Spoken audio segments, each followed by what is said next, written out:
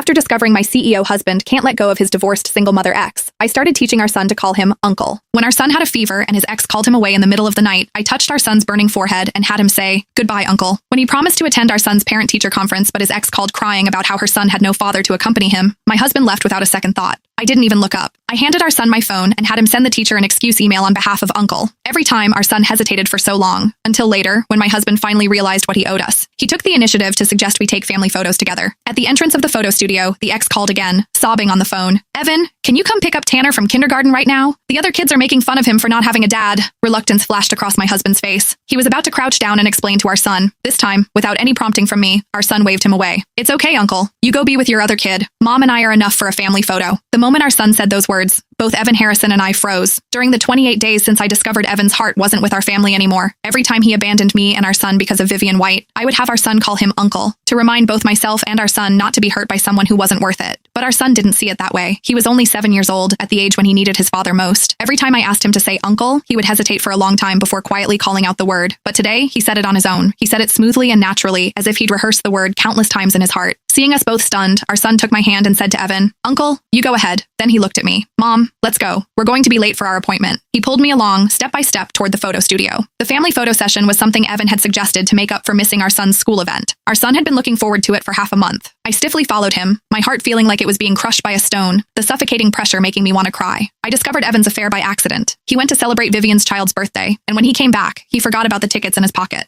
3 tickets to Universal Studios. For our son's 6th birthday, he wished for the whole family to go to Universal Studios together to see his favorite Minions. Evan thought it was childish and rejected the idea without hesitation. A few days later, though, he went with Vivian's child. I found Vivian's Instagram post on Evan's phone. The most magical place should be visited with the best dad. The photo showed Evan and Vivian holding a child, a picture of the 3 of them together. Vivian was his first love, divorced with a child. That night, we had our most explosive fight. I insisted on divorce and taking our child with me. Evan accused me of being unreasonable. He asked how I could bear to let our child grow up without a father. He swore to God that he only felt sympathy for Vivian. Looking at our son's obviously frightened face, I bit my lip until it nearly bled. I knew that if I forced our son to leave with me, he would never forget Evan. But I also knew that if it happened once, it would happen a second time, a third time. I didn't want my child to suffer because of his so-called sympathy. So I chose another approach. I tricked Evan into signing divorce papers. 30 days until the divorce became official. During those 30 days, if Evan came to his senses, I would pretend nothing had happened for our son's sake. If not, I would spend those 30 days doing everything I could to help our son become desensitized. Today was day 28. Our son had called Evan Uncle on his own. I felt our son's slightly trembling body, but I wasn't happy. It felt like 1,000 needles piercing my heart. As we crossed the street, Evan finally snapped out of it. He took a few steps after us, wanting to ask our son what was going on, when Vivian called again, still with that delicate sobbing voice. "Evan, where are you? Tanner keeps crying and saying he wants his daddy. I can't calm him down." Evan's steps halted. He stared at our backs, phone in hand, and replied, "Okay, I know. I'll be right there." After hanging up, he sent me a text saying, "Let's talk tonight," then turned and left without hesitation. The roar of a car engine started up, then faded into the distance. Our son stopped walking and buried himself in my arms, his tears soaking my clothes. "Mom, can we not have dad anymore?" We didn't take the photos. I took our son straight home. I started packing. While I was booking plane tickets back to my hometown, Vivian sent me a video. The setting was another well-known photo studio in the city. Vivian and Evan were wearing matching outfits, holding a child around 5 years old, posing for the camera. At the end of the video, Vivian taunted me as usual. "It's just a family photo. Evan and I can take one anytime." If this had been before, seeing Vivian's provocation, I definitely would have snapped back immediately. But now, watching our son carefully organizing his toys, I only had one thought. How pointless. I exited the chat and booked 2 tickets to Seattle for the day after tomorrow. Just after I paid, Evan came home, carrying a strawberry cake. Both our son and I stared in surprise. In the past, he hated strawberry cake the most. Because of this, even though our son inherited my crazy love for strawberries, he would only choose Evan's favorite matcha mousse for his birthday. But today, why did he suddenly bring home a strawberry cake? Our son and I looked at each other, both finding it unbelievable. Evan slowly walked in and saw the open luggage. His expression changed slightly. Tanner was crying so hard I stayed with him a bit longer. On my way back, I remembered you both love strawberry cake, so I bought one. "Why are you packing? Are you going on a trip?" I shook my head, then nodded. "I guess so." With only 2 days left until the divorce became official, I didn't want any unexpected complications. Hearing my words, Evan seemed to breathe a sigh of relief before continuing. "The photo studio called me and said you didn't show up. I rescheduled. How about tomorrow?"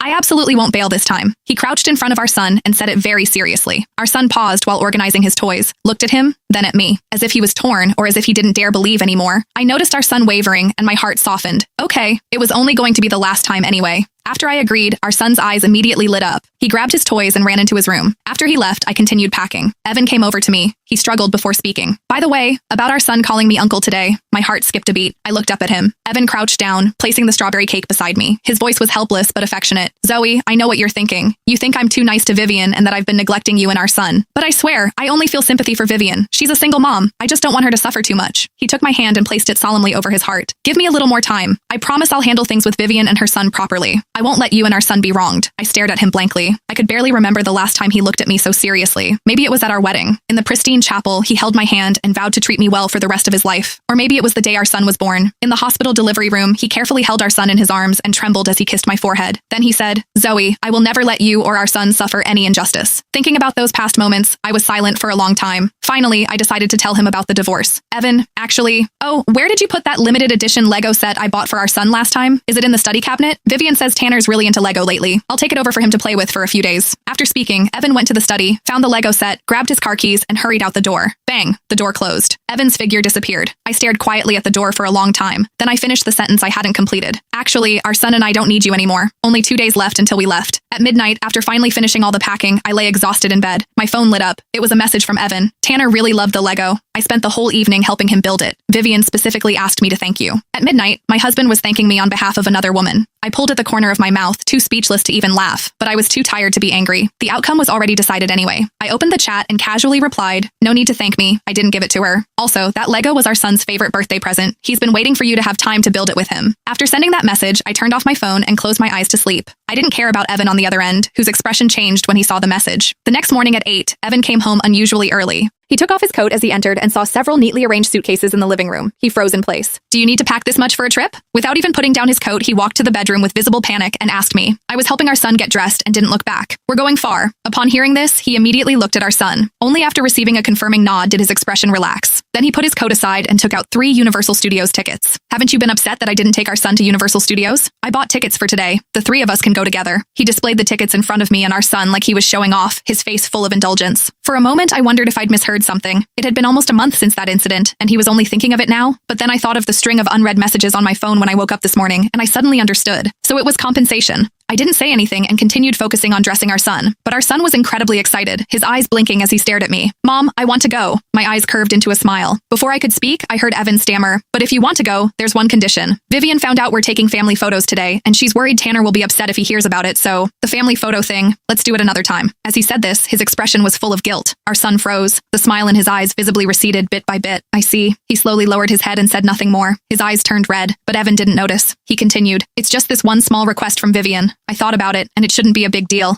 We're just postponing the photos this time. There's always next time. Leo, what do you say? He didn't know that our son and I would be leaving tomorrow. This was his last chance, but neither our son nor I said anything. We just nodded silently. Fine. Okay. Evan breathed a sigh of relief, his face visibly showing a smile, as if a weight had been lifted. Then I'll tell Vivian right now. 3 o'clock this afternoon. Meet at Universal Studios. After speaking, he got up to leave. When he reached the door, he turned around. Honey, Leo, you're both so wonderful. Our son and I didn't say anything. After he left, our son jumped down from the bed and took out a backpack he'd prepared from the closet. Mom, I don't want to see Uncle anymore. Can we leave early?